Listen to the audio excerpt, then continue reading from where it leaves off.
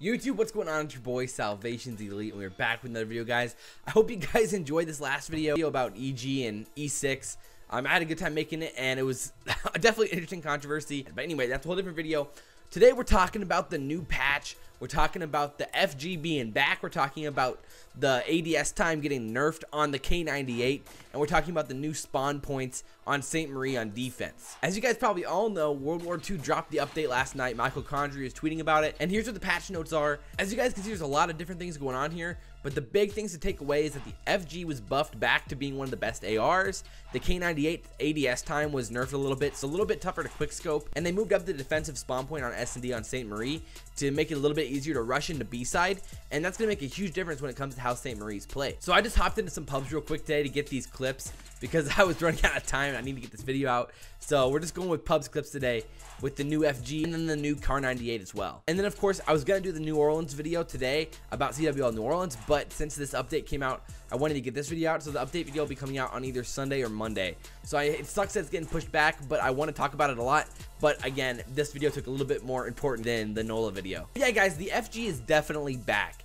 And after this update where they increased the rate of fire slightly and reduced the recoil a little bit, it's back to being probably the most dominant AR again.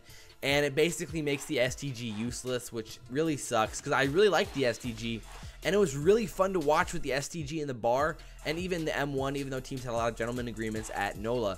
But at New Orleans, I saw 4 ARs used. I saw the FG, the M1, the bar, and the STG all pulled out at some point or another in the open bracket or in the championships. But basically now the FG is again the most dominant AR when it comes to S&D and when it comes to respawn. And so I would be surprised if most teams go with a bar or an STG or an M1 when you could probably just run 2 FGs or 1 FG instead. So basically we're just going to talk about the updates a little bit, and then we're going to talk about some classes that you guys can use with the FG for hardpoint and SND. And then of course we're going to talk about, is Call of Duty World War II better with the FG back or not? So let's just hop right into the classes off the bat. So as you guys can see, right here is the hardpoint class that you guys can use. It's infantry with hunkered, with the FG, with quick draw grip, and the reflex side of course, and then you got the machine pistol and the sticky grenade. So really it's pretty straightforward. This is a very basic competitive class that you'd use in hardpoint to anchor, but it works pretty well.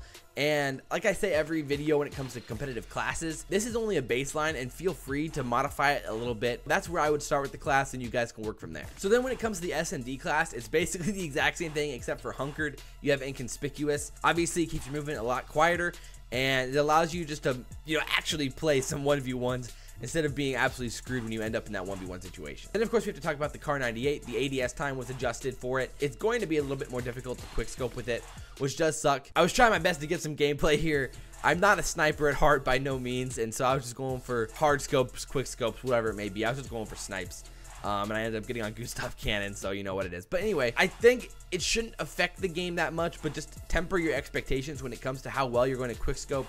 Now the ADS time is definitely significantly worse, and I don't think it affects what sniper's the best because K98's hitbox is just by far superior to any of the other snipers, and so I don't think it'll affect the actual class setups at all when it comes to snipers. And then the final thing with Sainte Marie, I'm gonna have to really experiment a lot more with this, but I've played a few matches on it so far just in ranked play, and it does definitely affect how you play Sainte Marie quite a bit, because at this point now teams on defense now can rush into B-bombs significantly quicker than they used to be able to, and it probably leveled the playing field a lot when it came to which bomb you're going to go to.